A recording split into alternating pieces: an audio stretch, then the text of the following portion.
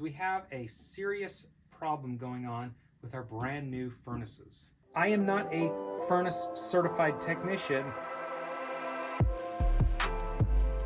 Hi guys, and welcome to my mechanical room for the main 2 floors of the house.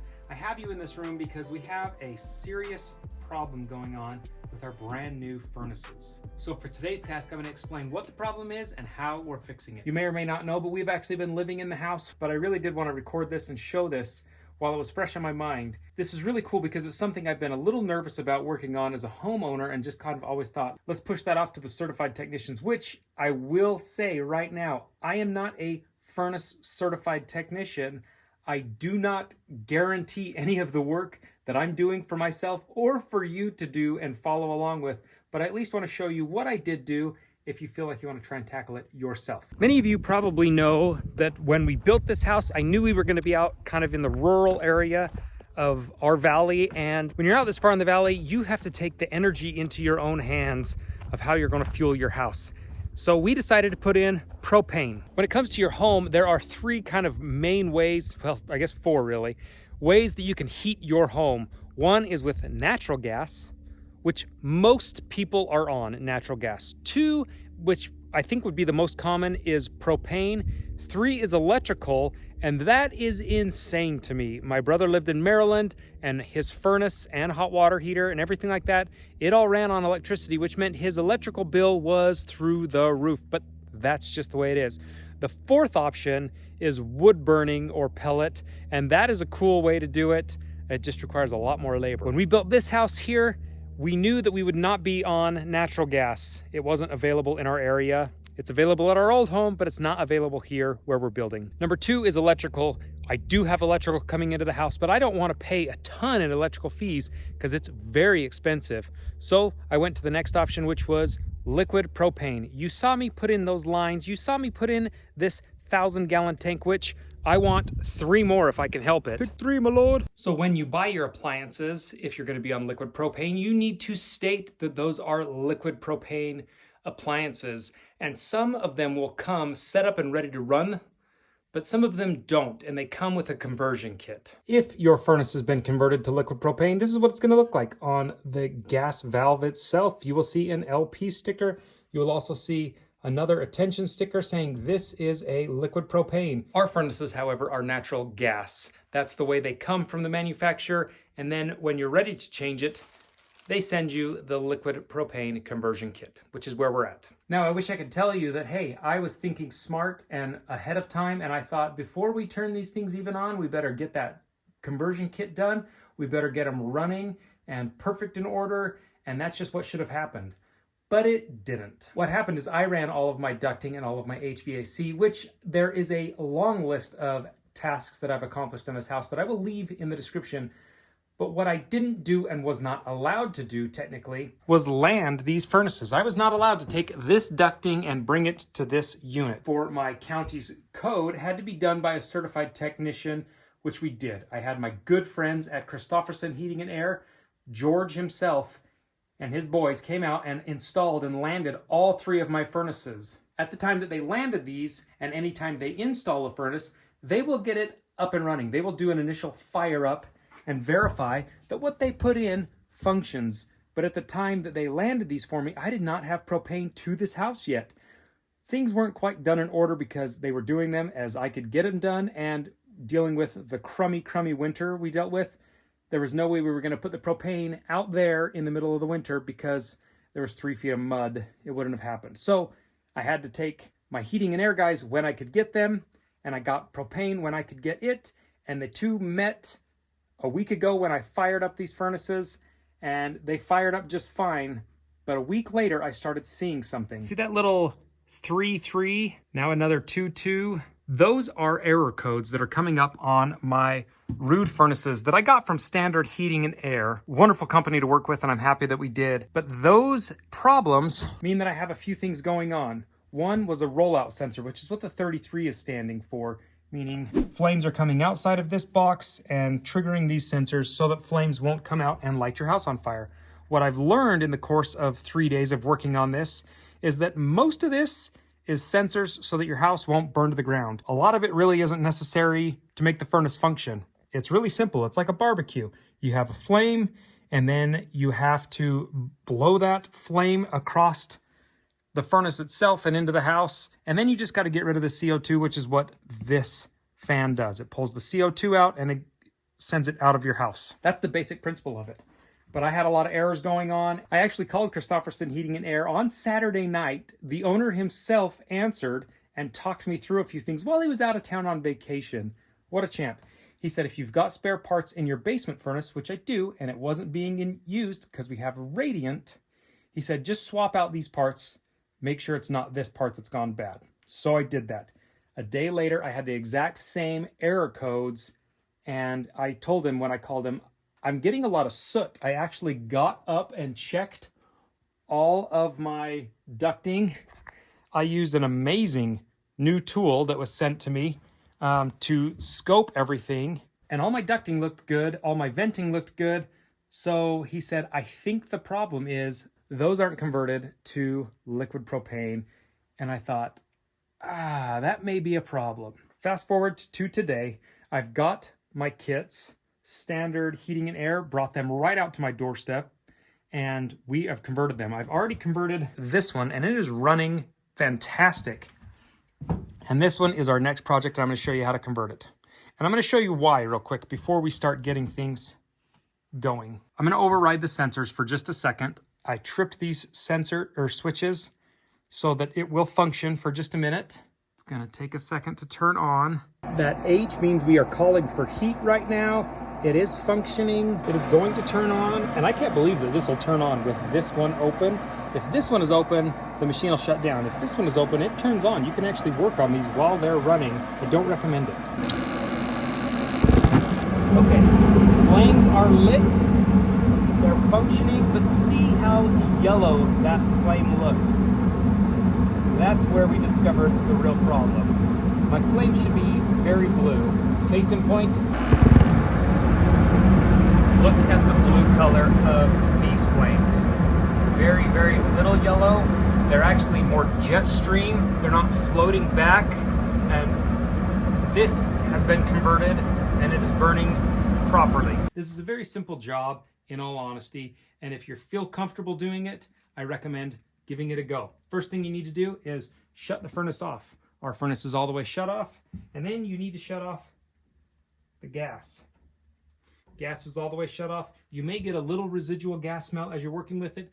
Don't be alarmed, but if it's really strong, I would definitely double check that your valve's turned off, and if not, turn it off all the way to the house for safety precautions. Better safe than sorry. The first thing we're gonna do is pull this manifold out and change these little brass orifices. You can do it with a flathead screwdriver, but I really recommend a 1/4-inch nut driver. One, it's magnetic, and two, flathead screwdrivers suck to work. Hold on to those screws, do not lose them. Now that that's undone, we can actually just pull our manifold out. And I'm not going to pull it all the way out because I don't want to disconnect the gas line, but you could for easier workability. This one will actually allow me to rotate a little bit. All we need to do is be able to see our orifices. With our crescent wrench, just simply break them loose. Let's see, other way, Joe. And it does tell you in the conversion kit you can use a 7/16 open-end wrench. These mini little crescents work great. Do not use water pump pliers or channel locks. Anything that is just like a plier base, do not use it.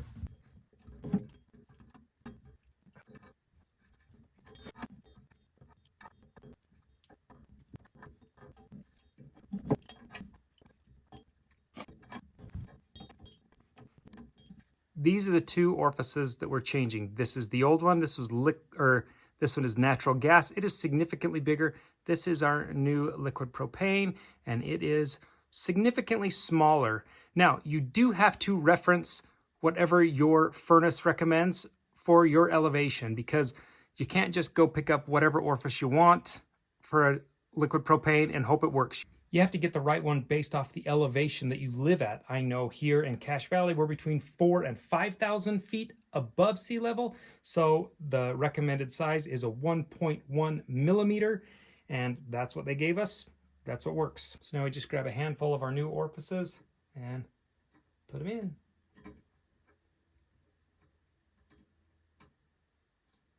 And definitely get them started by hand because these are brass. Do not put them in a socket and try starting them.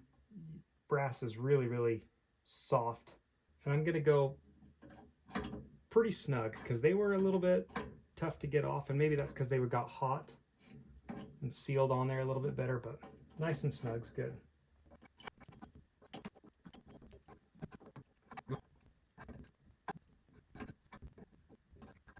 Now we'll just bolt this back in place, and step number 1 is complete.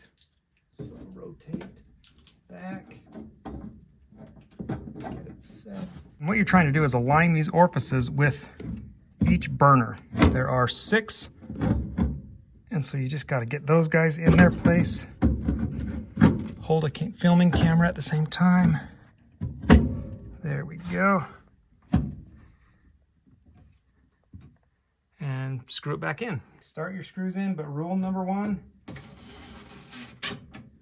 don't ever seat a screw without getting all of them in. Whenever you're working on a part, just get everything started, then drive it home. Because if not, you'll fight the other screws. So now we're back to normal as far as all the parts and pieces. The next thing we have to change is a spring. And the spring works off of a pressure valve for your valve for gas, and it allows so much that needs to be there. And those are different for natural gas and liquid propane, and they're actually different for elevation once again, or at least the adjustment you have to have. So you undo this little brass screw, and if it's a single stage furnace, which these are, there'll only be 1 brass screw. If it's a 2-stage furnace, there will be 2 brass screws. If it is a variable speed, then it looks a whole lot different, but these are very simple furnaces, 1 brass screw. Inside that brass screw is a little nylon nut, almost like a set screw, and you're gonna back that guy all the way out. But remember, there is a spring behind there, so don't let it go flying.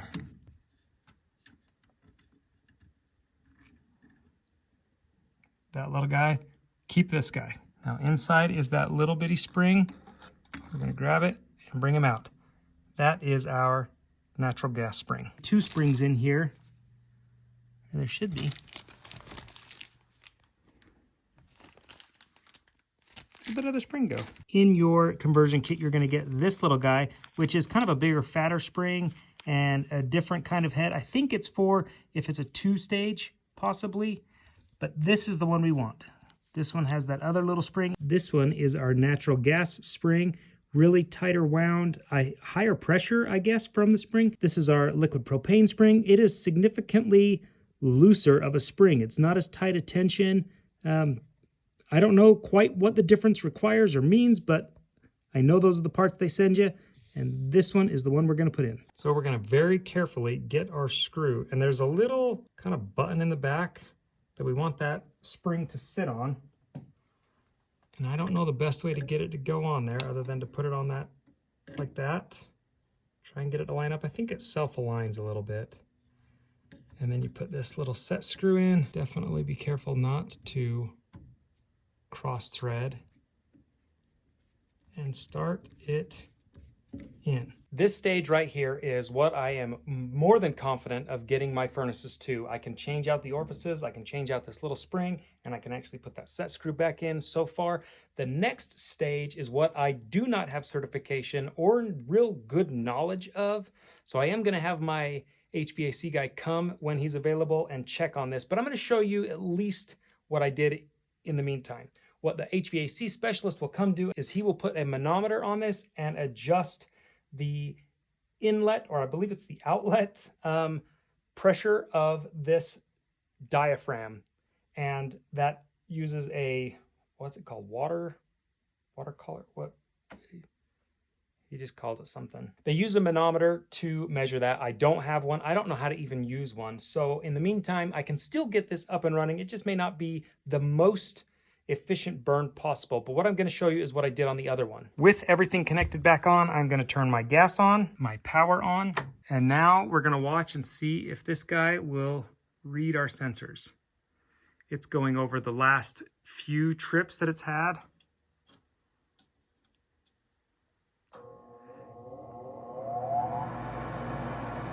There we go. It's calling for heat now. It's going to override everything because everything seems to be functioning fine. What I have done is leave that brass cover screw off so that I can get to that, because that is a manual adjustment that you make. Okay, that is a significantly cleaner flame. A little bit of orange in there. So what I was doing, and don't shoot me for this, was adjusting this screw just a little bit, pushing it in to see if I can just kind of change that just a little bit. And believe it or not, it does make a little difference. That looks so much more efficient. Before, I was seeing flames just kind of trickle back a little bit, which was telling me that we weren't getting just kind of proper ventilation. It just wasn't moving the way it's supposed to, because it was a bad burn. Now that my furnace is functioning and running, I did end up, because of the way it was burning not well, it put a lot of soot in this compartment right here, and actually put a lot of soot in this and in this, and I've cleaned a lot of it out already, but my HVAC guys said I would let it run for a little bit, see if it'll run without cleaning it, because it should burn a lot of that out of there. What it is excess carbon that has gotten into that, and that's what we don't want. We don't want carbon being burnt, because that's not burning clean. We want it to just be burning the gas. So changing it to the right orifices that match the gas that's coming into the house is accomplished. Our furnaces will run way more efficient. Now I just have one more to do and we'll be up and running. In the meantime, if you guys learned something, comment down below what you didn't know, and comment what you do know that I should know on this project itself. If you like today's video, give it a thumbs up. If you're new to the channel, subscribe. And until next time, we'll see you later. Okay, when I said I was done, I was wrong. I have one last little step, and that is to put my liquid propane sticker on there. So that way, if a technician has to come for any reason, they know they're working with a propane-based furnace. Thanks for building with us. Some of you probably know or don't know, on the Build Show. Until tomorrow, keep tasking. Fix our problem and in the valley. Those aren't converted to natural, or be the task masters. But in the meantime, if you guys like, go task yourself.